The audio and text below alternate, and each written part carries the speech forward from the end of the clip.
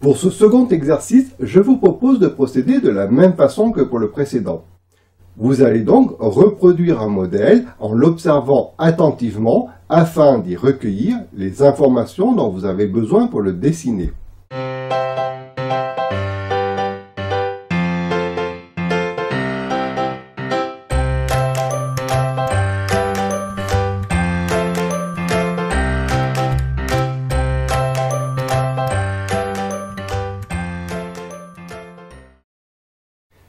Le modèle que j'ai choisi pour cet exercice présente des formes nécessitant davantage de précision que le précédent.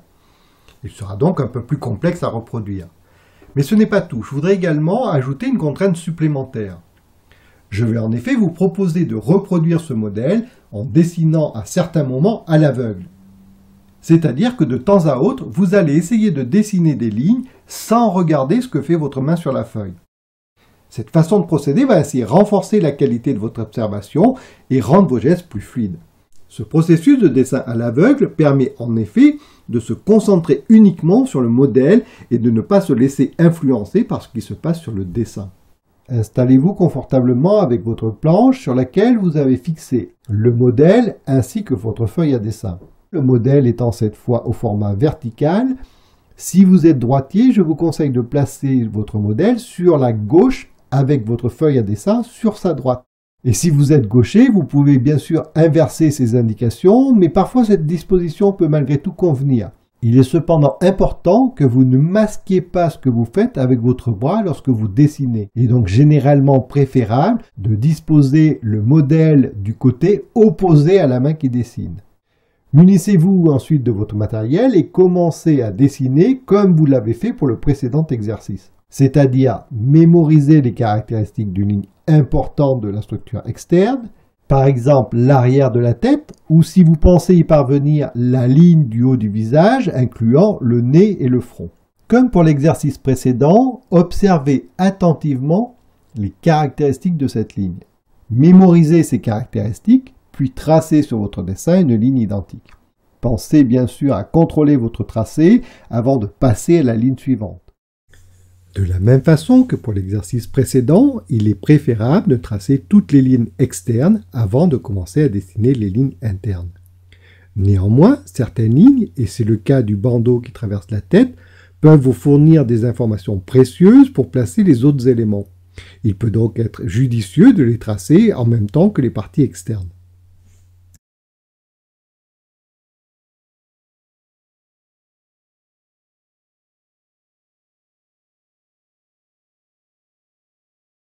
Lorsque vous aurez terminé de dessiner le bandeau, vous pourrez commencer à tracer la ligne qui correspond à l'avant des cheveux.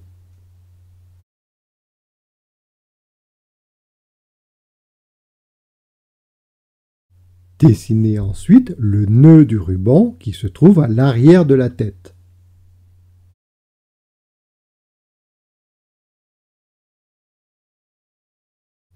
Tracez ensuite la ligne qui correspond à l'arrière du cou, car c'est une ligne importante de la structure et elle vous permettra de repérer le placement de certains éléments, comme notamment les rubans qui pendent le long du cou.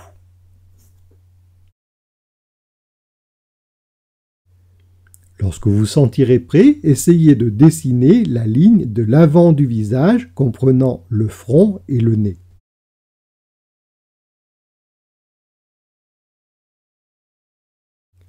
Poursuivez votre dessin avec la partie un peu plus délicate qui comprend la bouche et le menton.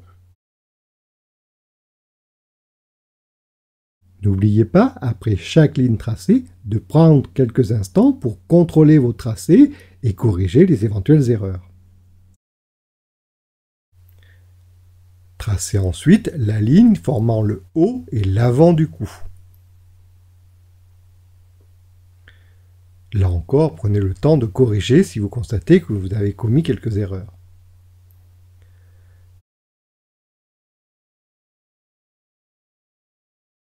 Terminez le tracé des formes externes en dessinant le socle du buste. Vous aurez terminé le report de toutes les lignes externes. Placez les lignes internes en commençant par les plus importantes, comme celle de la base des cheveux.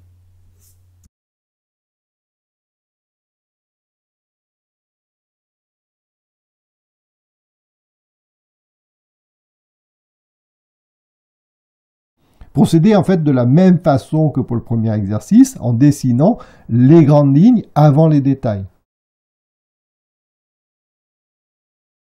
N'oubliez pas bien sûr de contrôler régulièrement votre travail. Si possible, faites également quelques vérifications en prenant du recul et après avoir fait une pause.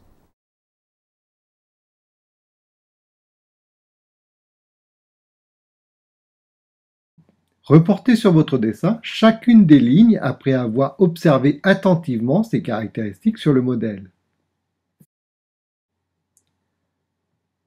Dessinez les éléments décoratifs tels que le ruban et le bandeau à l'arrière de la tête.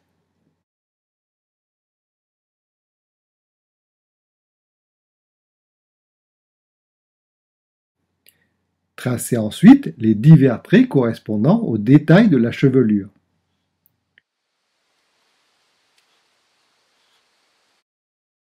Lorsque vous serez prêt à dessiner l'aveugle, procédez comme ceci. Placez tout d'abord la mine de votre crayon sur votre feuille au départ du prochain trait à tracer.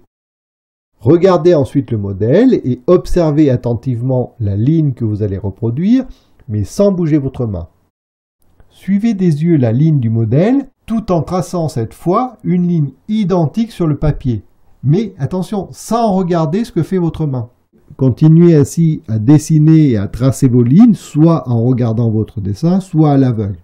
Cette manière de procéder est un peu déroutante, surtout la première fois. Néanmoins, au cours de ce dessin, efforcez-vous de procéder de cette façon à 1 ou 2 reprises. Vous constaterez que les tracés obtenus sont étonnamment justes. Lorsque vous aurez placé l'essentiel des grandes lignes, commencez à dessiner les détails, tels que l'aile du nez, la bouche et la lèvre supérieure, et bien sûr l'œil et le sourcil.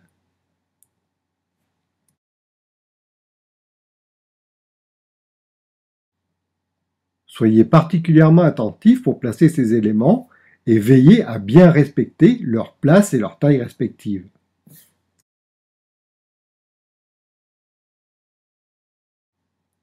Là encore, n'hésitez pas à corriger si vous percevez des erreurs.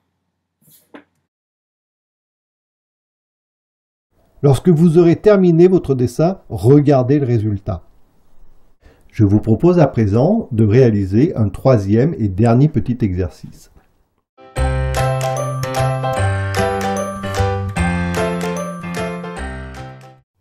Pour ce troisième et dernier exercice, vous allez cette fois encore reproduire des formes en les observant attentivement.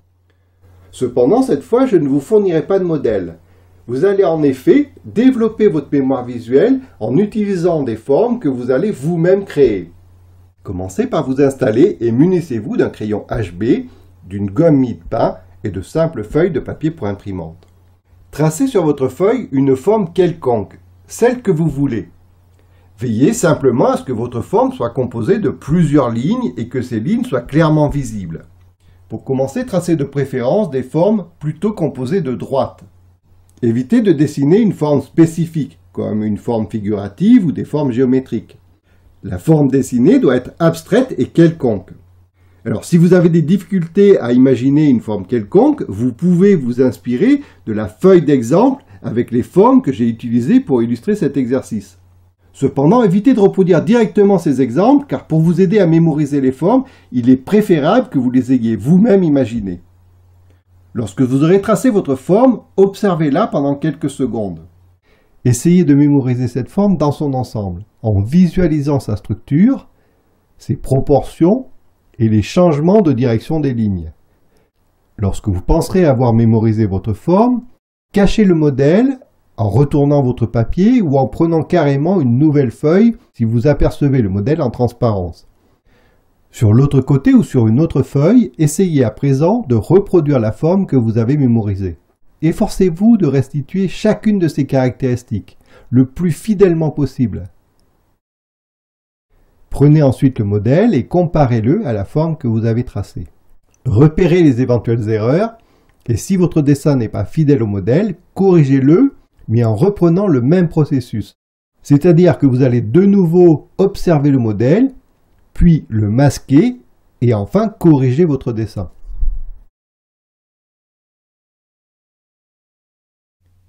Faites une dernière vérification et si votre dessin n'est toujours pas conforme, corrigez-le de nouveau. Il n'est pas utile que le dessin soit strictement identique, mais essayez d'approcher au mieux de la forme de départ. Refaites ensuite l'exercice en traçant une nouvelle forme. Vous pouvez continuer avec des formes composées majoritairement de droites. Néanmoins, si vous avez pu reproduire la première forme sans trop de difficultés, vous pouvez corser un peu l'exercice en commençant à dessiner des formes composées de droites et de courbes. Procédez de la même façon en commençant par observer attentivement votre forme, reproduisez ensuite ce que vous avez mémorisé, puis contrôlez votre dessin et corrigez les éventuelles erreurs.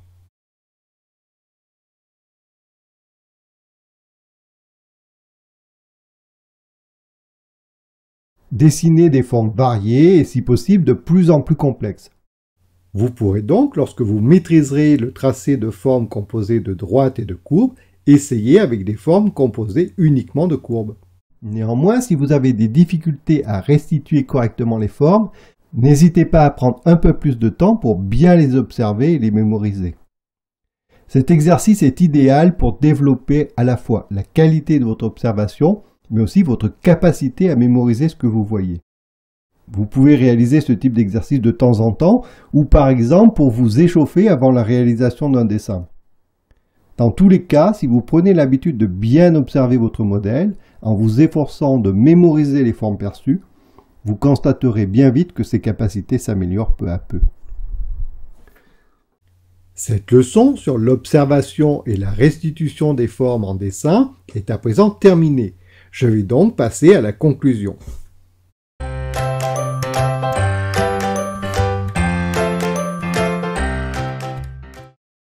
Les dessins que vous avez réalisés avec les exercices accompagnant cette leçon ne sont probablement pas parfaits. C'est tout à fait normal. De la même façon que pour faire du vélo, il faut parfaire votre sens de l'équilibre, et bien pour dessiner, vous devez développer votre capacité à bien voir. Savoir observer réclame du temps, et c'est seulement avec une pratique régulière que vous parviendrez à améliorer la qualité du regard que vous portez sur votre modèle. Au début, vous ne pourrez mémoriser que de petites parties du modèle, et vous ne parviendrez pas toujours à les restituer de manière fidèle. Cependant, avec de l'entraînement et de la persévérance, vous parviendrez bientôt à mémoriser et à restituer fidèlement ce que vous avez perçu. Mais c'est surtout en suivant les principes de construction d'un dessin que je vous expliquerai dans le second volume de ce cours que vous parviendrez à reproduire fidèlement ce que vous avez vu. En attendant, rappelez-vous la clé de cette leçon.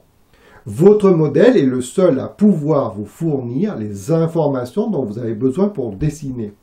Il est donc indispensable de le regarder souvent, attentivement, en vous concentrant sur les principales caractéristiques des formes. Nous venons de voir qu'il est capital de bien observer son modèle.